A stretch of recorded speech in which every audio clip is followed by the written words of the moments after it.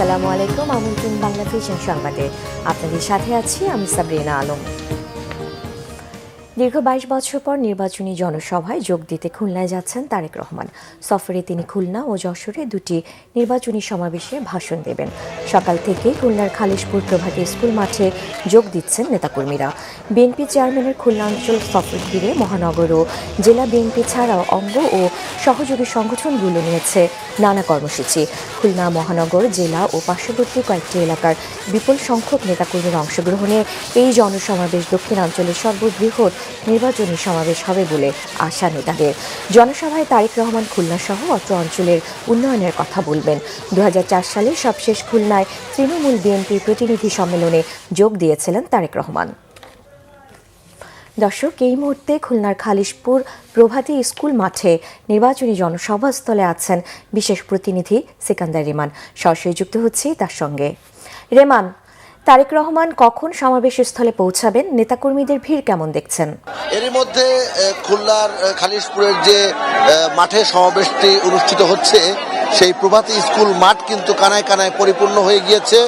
আমরা লক্ষ্য করছি খুলনা বিভাগের যে আসনগুলো রয়েছে, এই আসনের বিভিন্ন জায়গা থেকে, বিভিন্ন আসন থেকে কিন্তু নেতাকর্মী সমর্থকরা তারা কিন্তু এসেছে এবং তারেক রহমানের বক্তব্য শোনার জন্য তারা অপেক্ষা করছেন। বেলা 12টার দিকে তারেক রহমান এই সভা মঞ্চে আসার কথা রয়েছে, যেটি বিএনপির পক্ষ থেকে আমাদেরকে জানানো হয়েছে, এবং তিনি দিক নির্দেশনামূলক বক্তব্য রাখবেন। যে বিষয়টি উল্লেখ করার মতো সেগুলো হচ্ছে, এটি শ্রমিক অধ্যুষিত এলাকায়। এর আগেও বলেছি, শ্রমিকরা কিন্তু সকাল থেকে যাদের সঙ্গে কথা বলেছি, নেতাকর্মী সমর্থক অনেক সাধারণ মানুষও কিন্তু এসেছে।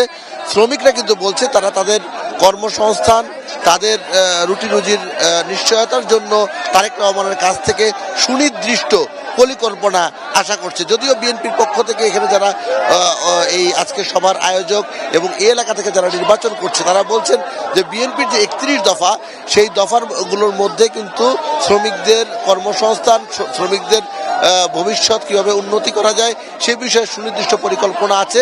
সেসব বিষয় নিয়ে তারেক রহমান আজকের এই সমাবেশে, খুলনা সমাবেশে কিন্তু বক্তব্য রাখবেন। আমরা এখানে লক্ষ্য করছি অনেক নারী সদস্য কিন্তু এসেছেন এবং অনেক সাধারণ মানুষ এসেছেন তারেক রহমানের বক্তব্য শোনার জন্য। তারেক রহমান এখানে বক্তব্যের পাশাপাশি এখানকার যারা সংসদ সদস্য প্রার্থী, যারা ধানের শীষের প্রতীক নিয়ে নির্বাচন করছেন, তাদেরকে পরিচয় করিয়ে দেবেন জনগণের সাথে এবং ধানের শীষের পক্ষে ভোট চাইবেন। খুলনার এই জনসভা শেষে তারেক রহমান কিন্তু হেলিকপ্টার যোগে যশোরে যাবেন এবং সেখানে আরেকটি জনসভা রয়েছে। এই হচ্ছে আজকের দিনে তারেক রহমানের কর্মসূচি। রেমান, আপনাকে ধন্যবাদ।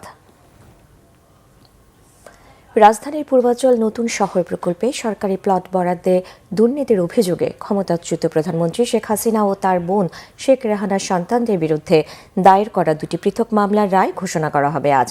ঢাকার বিশেষ জজ আদালত 4-এ রায় ঘোষণা করা হবে। দুর্নীতি দমন কমিশনের দায়ের করা মামলা দুটিতে অভিযোগ করা হয়েছে, সাবেক প্রধানমন্ত্রী শেখ হাসিনা ক্ষমতার অপব্যবহার করে তার বোন শেখ রেহানার ছেলে রাদওয়ান মুজিব সিদ্দিক এবং মেয়ে আজমিনা সিদ্দিককে পৃথকভাবে 10 কাঠা করে দুটি সরকারি প্লট বরাদ্দ দেন। মামলা দুটিতেই শেখ রেহানার আরেক মেয়ে এবং ব্রিটিশ এমপি টিউলিপ রিজওয়ানা সিদ্দিকের বিরুদ্ধেও অভিযোগ আনা হয়েছে। এসব মামলার বিচারিক কার্যক্রম ঢাকার বিশেষ জজ আদালত 4-এ সম্পন্ন হয়।